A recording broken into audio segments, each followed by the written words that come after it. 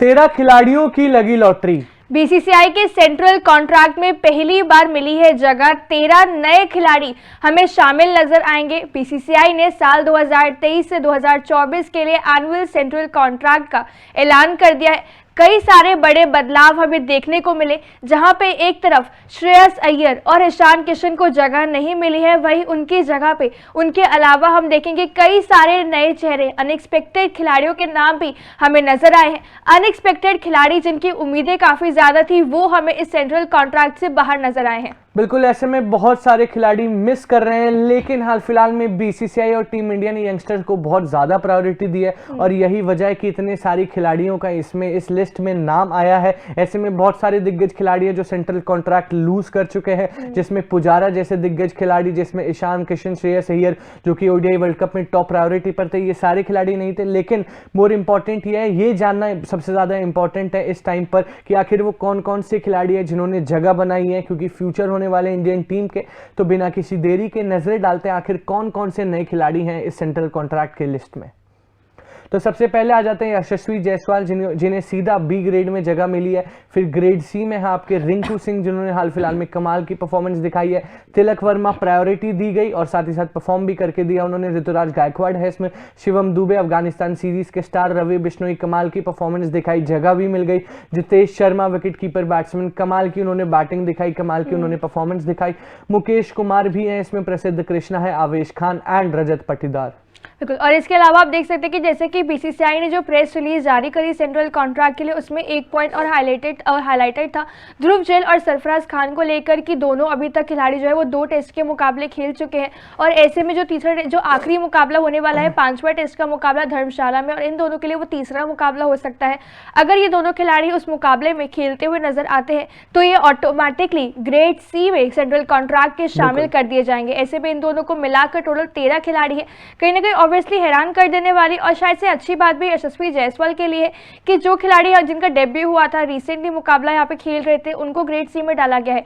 लेकिन यशस्वी जायसवाल की direct central contract में एंट्री जो हुई है वो सीधा ग्रेड बी में हुई है, जहां बड़े बड़े नाम आपको शामिल नजर आएंगे, लेकिन वहां पर यशस्वी जायसवाल ऑलरेडी उन बड़े बड़े दिग्गजों के साथ यहाँ पे बैठे हुए हैं। बिल्कुल, और ऐसे में ध्रुव जुरैल, सरफराज खान हमने इनको इंक्लूड इसलिए करा है क्योंकि ऑब्वियसली बीसीसीआई ने एक क्राइटेरिया कह लीजिए कि अगर कोई भी खिलाड़ी वहां पे 3 टेस्ट मुकाबले, 8 ओडीआई या फिर 10 टी20 मुकाबले खेलता है तो उसको ऑटोमेटिकली जगह मिल जाती है ग्रेड सी में। और ध्रुव जुरैल, सरफराज खान, ये पॉइंट वहां पे बीसीसीआई के उस मैसेज में भी हाईलाइटेड था कि जैसे कि ये दोनों खिलाड़ी 2 टेस्ट मुकाबले ऑलरेडी खेल चुके हैं और अगर अगला यानी कि धर्मशाला वाला टेस्ट मुकाबला ये दोनों खिलाड़ी खेलते हैं और खेलेंगे भी जिस हिसाब से परफॉर्मेंस रही है, केएल राहुल की सब्जेक्ट टू फिटनेस येट इनको जगह देती है, तो कहीं ना कहीं इनकी एंट्री सीधा वो टेस्ट मुकाबला खेलने के बाद ग्रेड सी में हो जाएगी। बहुत अच्छी बात है, बहुत मोटिवेटिंग बात है इसकी सरफराज खान और ध्रुव जुरैल की इसमें एंट्री होगी, क्योंकि हाल फिलहाल में परफॉर्मेंस भी उन्होंने बहुत कमाल की दिखाई है। बहुत अच्छी बात ये लगी मानिए इस पर्टिकुलर लिस्ट में कि बहुत सारी यंगस्टर्स को मौका दिया, बट देन आपने ना सिर्फ मौका दिया, उनको सेंट्रल कॉन्ट्रैक्ट में जगह भी दी, क्योंकि दैट इज समथिंग जो उनको बहुत मोटिवेट करने वाला है जब वो आगे इंडियन टीम के लिए खेलेंगे। रिसेंटली हमें ऑलरेडी नजर आ रहा था, जो कि आई गेस खबरें भी आ रही थी कि बीसीसीआई का प्लान ही इस समय फ्यूचर तैयार करना है, जिस वजह से इतना ज्यादा हम देख रहे हैं कि जो भी सीरीज खेली जा रही है यंगस्टर्स को इतना ज्यादा मौका दिया जा रहा है। हाल ही जो इंडिया इंग्लैंड भी सीरीज चल रही है, ऑलरेडी इतने डेब्यूज हम देख रहे हैं कि ऑलरेडी आगे 4 डेब्यूज वहां पे हो चुके हैं और ऐसे में आगे फ्यूचर में ऑलरेडी होंगे। पास्ट में कुछ सीरीज जो हमने खेली वहां पे इतने डेब्यूज हुए हैं।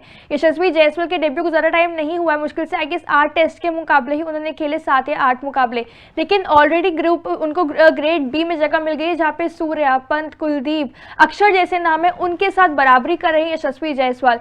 ग्रेड सी में जो इतने टाइम से खेल रहे थे, संजू सैमसन की बात कर ले, अर्शदीप की बात कर ले, उनके साथ रिंकू सिंह के जो इतना कमाल का प्रदर्शन दिखाए थे उनको जगह यहाँ पे मिल चुकी है। दुबे को फाइनली स्पॉट मिला है, बिश्नोई को स्पॉट मिला है, कई सारे खिलाड़ी जिनको जगह मिली और आई गेस कहीं ना कहीं डिजर्विंग भी थे, क्योंकि रिसेंट जो हाल ही परफॉर्मेंस इन खिलाड़ियों को जिनको जगह मिली है बहुत ही बेहतरीन, बहुत ही कमाल हमें देखने को मिला है। बिल्कुल, और साथ ही साथ ग्रेड बी में सीधा एंट्री मिले यशस्वी जायसवाल को, उसका बहुत बड़ा रीजन मानने ये भी है क्योंकि ना सिर्फ टी20 फॉर्मेट बल्कि टेस्ट में भी परफॉर्म कर रहे हैं और बहुत अच्छी बैटिंग करके दे रहे हैं। एंड इनफैक्ट ओपनिंग बहुत इंपॉर्टेंट स्पॉट होता है जहाँ पे शुभमन गिल ने पैर जमा रखा था, वहां पर आते ही अपनी जगह बना लेना T20 और टेस्ट में पर्टिकुलरली दिखाता है कि कितनी कैपेबिलिटी है यशस्वी जायसवाल में। बहुत सारे यंगस्टर जैसा कि आपने हाईलाइट करा, रिंकू सिंह, शिवम दुबे, ये सब खिलाड़ियों को और भी ज्यादा मोटिवेशन मिलने वाली है, क्योंकि इस लिस्ट में नाम आना बहुत बड़ी बात है। सेंट्रल कॉन्ट्रैक्ट आपको मिल चुका है BCCI की तरफ से।